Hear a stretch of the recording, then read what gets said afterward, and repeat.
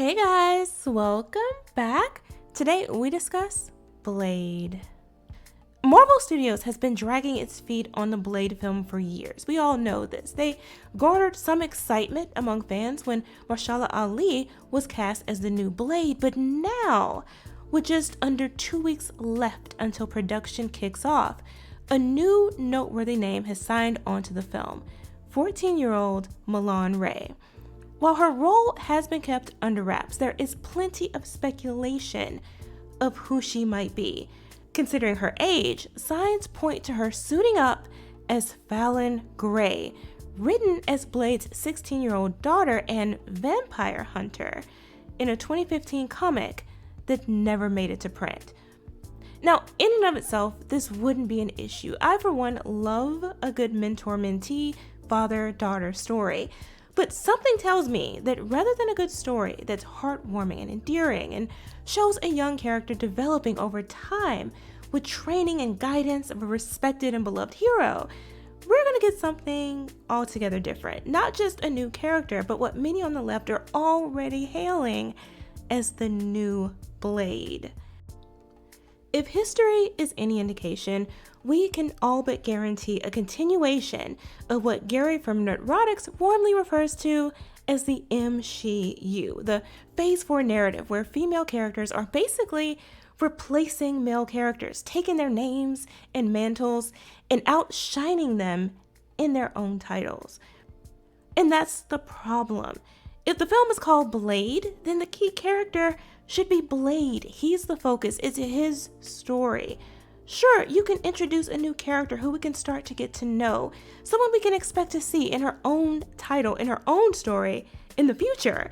But their approach at the studios these days seems to be to want to shortcut that process and instead springboard their new characters to center stage by making them the bestest ever immediately, and in a way that suggests they are not just good, not just talented, not just gifted, but inherently superior in every single way to the legacy character they're replacing.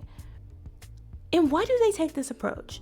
Because the studios are cheap and they're lazy, they're creatively bankrupt, and they lack confidence in their own ability to sell these new characters to fans. And so they use the names and titles of existing characters to bait and switch the audience. We've seen this in Hawkeye, Loki, Moon Knight, Kenobi, Doctor Strange, and the upcoming Thor film. Worse yet, they don't simply want to introduce a new character, but instead, the aim is to deconstruct and degrade existing characters. It's so common now that it's clearly not a coincidence. It's intentional and it's malicious. And how you know that is because it's usually preceded by or followed up by a direct attack on fans.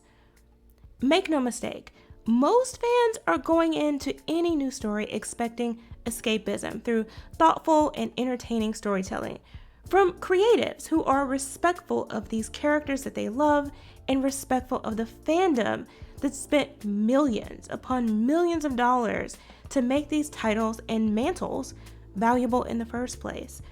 But when non-writer activist ideologues whose only goal is to propagate modern feminist imagery and politics take the helm and reimagine or outright wreck these stories that we hold dear, you can bet there will be backlash, and rightly so. And no, that doesn't make us ists and phobes. It makes us customers who know what we want. But hey, those are my thoughts. Let me know what you guys think in the comments below. Are you excited now about this new Blade reboot? I know a lot of fans were calling for it. We should have known better. Let's discuss in the comments below. Thanks for watching. Remember to like, comment, share, and subscribe, and I'll see you next time.